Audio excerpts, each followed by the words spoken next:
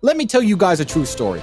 I was 21 years of age. This is not long ago. 21 years of age. Yesterday was my birthday. And me and Andrew, what did we eat on my birthday? KFC. Why did we eat KFC? Because when I was 21, me and Andrew used to have no food. I used to drive my broken Volkswagen Golf to the KFC restaurant in Dunstable, United Kingdom. And I used to sit in my car. And you couldn't ever eat anyone's leftover food if they ever had their mouth on it. But at KFC, they used to buy buckets. And I would sit and wait for people to sit outside, eat their meal, and leave the bucket on the table. And I used to go and take that bucket, 3 or 4 pieces of chicken. And I used to collect 20, 30, 40 pieces of chicken that were perfectly fine left in the buckets. And I used to go home and I used to freeze that chicken.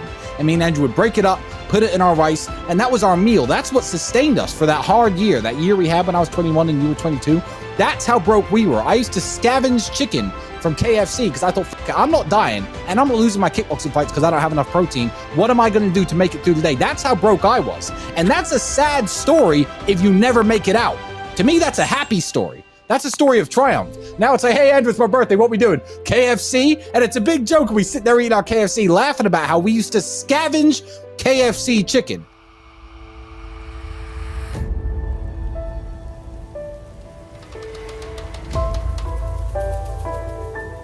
The 10th richest player of all time has $2 million American dollars. Now, this house that we're in is bought and paid for. This costs $3 million. We have a car that costs $5 million. If we were chess players, with our net worth, we'd be the richest chess players in the world right now. Our dad was the man, and he taught us everything I needed to know about being a man. But he never had any money. He wasn't even in the top 100 players. He never crossed into the top 100 back in 1998, 1999. That was his heyday. He lived in a car for a lot of his life. There is no money in chess. There's very little glory in chess, which is sad because everyone loves football and soccer and all these sports I don't respect. In chess, you have to be an intellectual titan to even come close to mastering that game. And Dad was the man, but he never had a penny. And you know what? This is one of the accusations that if you say it to my face, I'll straight knock you out. Because what you're doing is you're talking about my father's life. There's a book called Triple Exclam written by Dr. Daim Shabazz. Look it up. It is a book, biography about the life of my father that was written just after he died. If you have any doubts about my upbringing, my dad's financial situation, you think I'm a trust fund kid, pick up that book.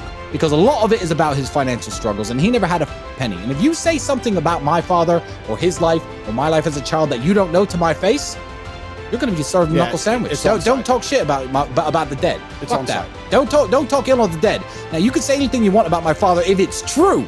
Saying he's a millionaire is to discredit the achievements of his sons, and if he were alive, he'd kick your ass. So I have to do it for him. Correct. We have to, for the bloodline, we got to whoop your ass. That's what he'd do. Dad, our mother and father got divorced. Dad stayed in America to play chess. We moved to Luton, England, lived in a council house, government housing. Homeless shelter first for 2 years. Homeless shelter along with all the Kosovans at the time. There was a Kosovan crisis. Yep. We were with the Kosovans. Then we moved into a council house. Mother was on the dole. She ended up getting a job as a dinner lady one time. That was it. We were raised on $300 a month. Our father was a professional chess player, driving from chess tournament to chess tournament in a Pontiac Sunbird. Sometimes he won, sometimes he lost. A lot of the time he slept in the car. Had a couple thousand here maybe, but then he had to play chess with it for the next 3 or 4 months, driving across America from California to New York in a busted up Pontiac Sunbird, playing chess and winning games. I've been with my dad when he would go to the park with no food, no money for food, and go to the park and have to hustle the chess park players for $50. And he'd do it. Because he was a G. He was not afraid.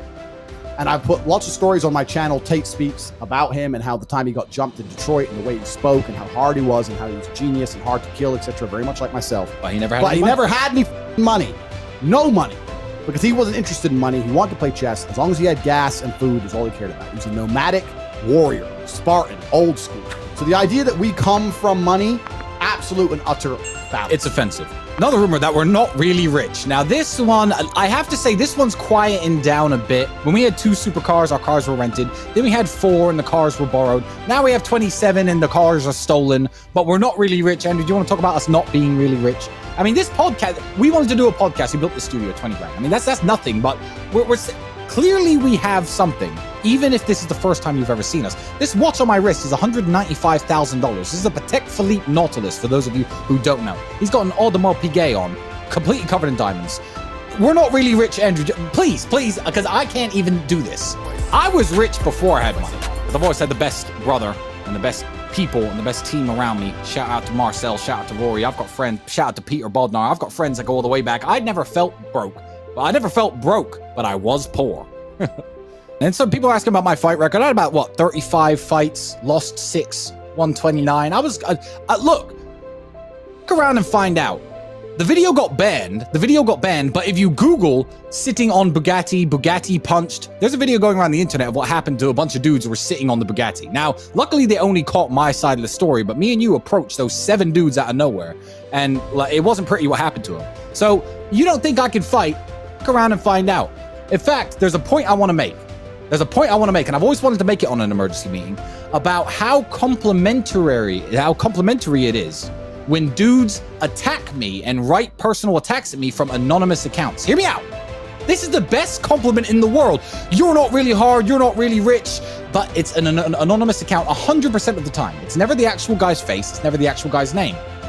Fear is better than respect to a lot of people. That's a real saying. People, it's better to be feared than be respected. Now, if you're gonna disrespect me by telling me that I'm broke or telling me that I can't fight or saying whatever, I like that you do it from an anonymous account, because I see the anonymous account and I'm like, oh good, he fears me. This guy is brave enough to disrespect me. No, not brave enough, sorry. Bold enough to disrespect me, but he is not brave at all. He's had to make a new Instagram account, somehow tag me in enough stories that I see his message, and then disrespect me. Oh, so you're scared. If you're gonna come at me, beg me for money, call me a loser, do it from your actual account with your face and your name, please. Because then if I see you, we can discuss it in person. Final, and I think the truest of all the rumors. The Large Hadron Collider at CERN has recently been activated. And once that happened, you, especially me subsequently, have become the most famous man on the internet. Are you from another dimension? True or false? True.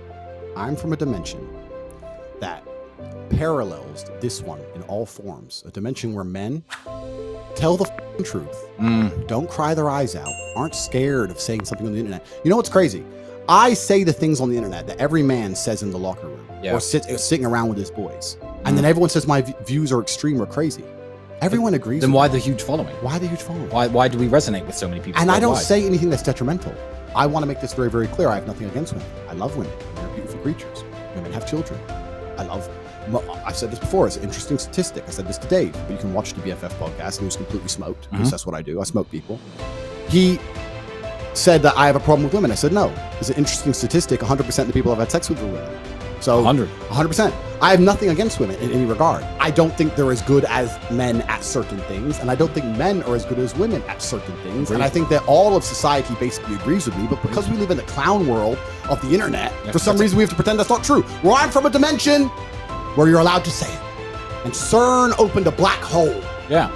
Here I am. In our universe, we're just normal YouTubers with no subscribers because we just say the things everyone says. In our universe, we're not famous. We're just dudes who just say the basic, everyone knows, hey, the sky's blue. And everyone's like, duh. So we came through the wormhole using our Illuminati human trafficking acting skills. Nice. Smart. We rented the trafficked ourselves. We rented the wormhole because we're broke. Correct. And we trafficked ourselves through it because we're human traffickers. And now that we're here, somehow in this dimension, we've blown up. Because we say, women can't park. Oh my God! Get hell. Cheer up. Everyone knows it's true. Get over it. Relax. Chill out. Relax. We're from another dimension. Don't worry about it. Yeah, our dimension's pretty cool. But, you know, I like being in this dimension because I'm special. I'm special here. Exactly. People who are worried about what we say need to spend more time trying to find the clown.